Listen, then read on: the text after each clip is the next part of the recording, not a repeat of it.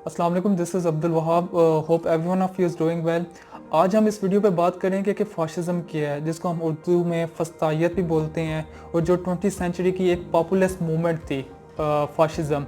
सो अक्सर औक़ात सुनने को भी मिलता है कि फ़लाँ ग्रुप फ़ाशिस्ट है, फ़लाँ बंदा फ़ाशिस्ट है। तो ये फ़ाशिस्ट है क्या? अब इसकी अगर मैं ऑरिजिनेटिंग पे जाऊँ तो क्या नाम है, ये फ़ाशी लफ्ज़ से निकला है। फ़ाशी जो लैटिन ज़ुबान का वर्ड है, जो कदीम रोमन में बोली जाती थी, एंशिएंट रोमन के अंदर। और ये फ़ाशी सिंबल था अथॉरिटी ऑफ स्टेट का।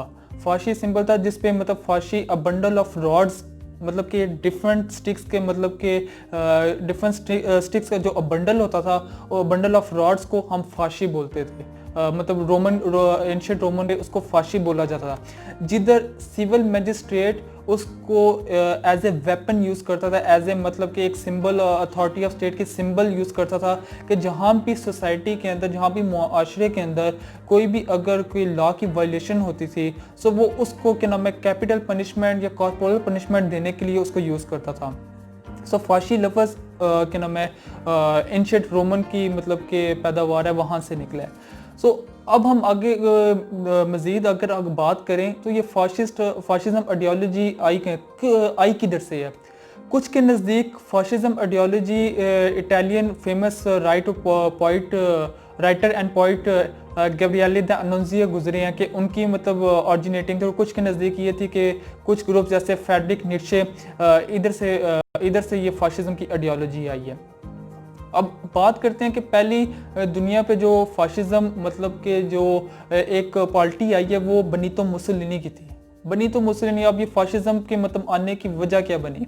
जब ड्यूरिंग वर्ल्ड वॉर वन, मतलब starting of world war one 1914 के अंदर, जब वर्ल्ड वॉर वन स्टार्ट हुई, इटली के अंदर सोशलिस्ट पार्टी पावर में थी, और बनीतो मुसोलिनी खुद उसके क्या नाम है मेंबर थे। लेकिन बनीतो मुसोलिनी इस राय के ऊपर मतलब कि स्टैंड कर रहे थे कि इटली को वॉर के लिए मस्ट जाना चाहिए, लेकिन उसके उलट जो सोशलिस्ट पार्टी थी वो वॉर के लिए जाने के लिए राज़ी नहीं थी। तो बनीतो मुसोलिनी के नज़दीक ये था कि इटली के पास ये चांस है कि वो अपने आप को मोर स्ट्रांग कर सके, मतलब वो मोर लैंड्स को कंकर कर सके, और ग्रेट एक मतलब नेशन उभर करे, मोर जो स्ट्रांग हो। सो इस वजह से क्या नाम है, बनीतो मुसोलिनी ने मतलब कि पार्टी से डिज़ाइन किया, और एक अपनी उन्होंने एक पार्टी बनाई जिसको 1915 के अंदर, जिसको उन्होंने नाम दिया फ़ाशी दी अज़ियोने रेवोल्यूशनारे, जिसको हम इंग्लिश में ग्रुप एक्शन रेवोल्यूशनरी भी कहते हैं। फ़ाशिज़्म हम दुनिया को सबसे पहले बनीतो मुसोलिनी की पार्टी से दिखी। अब ये फ़ाशिज़्म आइडियोलॉजी है क्या? फ़ाशिज़्म आइडियोलॉजी मतलब किन चीज़ों के ऊपर ये स्टैंड कर गया? अब इसको मैं अगर बताऊं कि ये मेन 4 थिंग्स के ऊपर ये स्टैंड कर रही होती है फ़ाशिज़्म। फर्स्ट आपकी ये कर रही होती है कि आपकी नेशन के अंदर, आपकी कंट्री के अंदर आपकी एक्सट्रीम नेशनलिज्म होनी चाहिए। वहाँ पे मतलब रेडिकल अथॉरिटेरियन नेशनलिज्म होना चाहिए, कि वहाँ पे पूरी कंट्री, पूरी जो स्टेट है, वो एक सिंगल जेनेटिक बैनर के ऊपर यूनिफाई हो।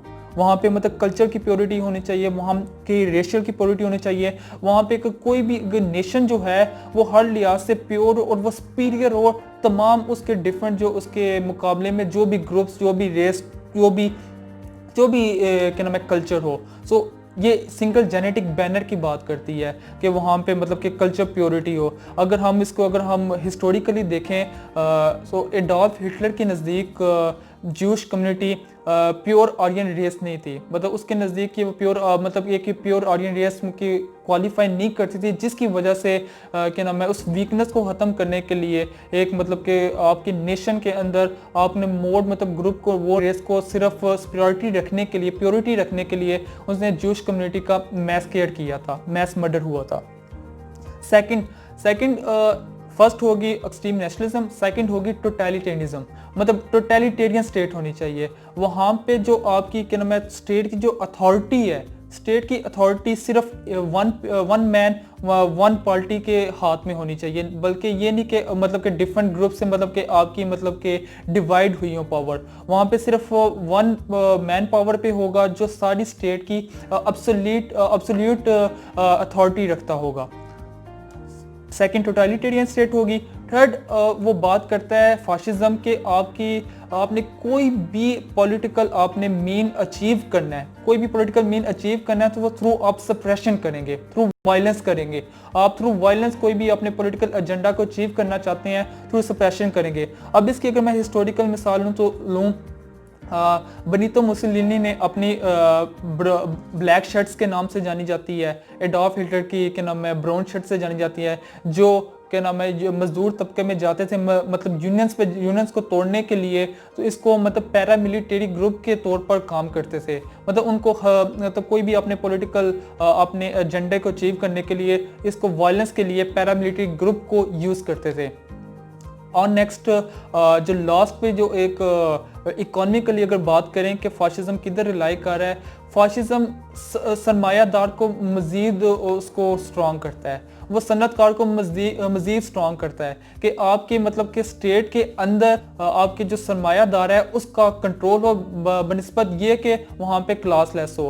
सो इन अगर मैं इसको रिकैप्चुलेट करता हूँ, इन 4 चीज़ों के ऊपर फाशिज्म स्टैंड कर रहा होता है। रेडिकल अथॉरिटेरियन नेशनलिज्म होनी चाहिए, सेकंड पे टोटलिटेरियन स्टेट होनी चाहिए, थर्ड पे आपकी सप्रेशन ऑफ अपोजिशन होनी चाहिए। आपने कोई भी पॉलिटिकल एजेंडा कोई भी अपने मेन अचीव करना है सो आप वायलेंस के थ्रू उसको अचीव करेंगे। और इकोनॉमिकली लास्ट में आपके सनतकार का कंट्रोल होना चाहिए। सो ये फाशिज्म था जिसके ऊपर ये स्टैंड करता है।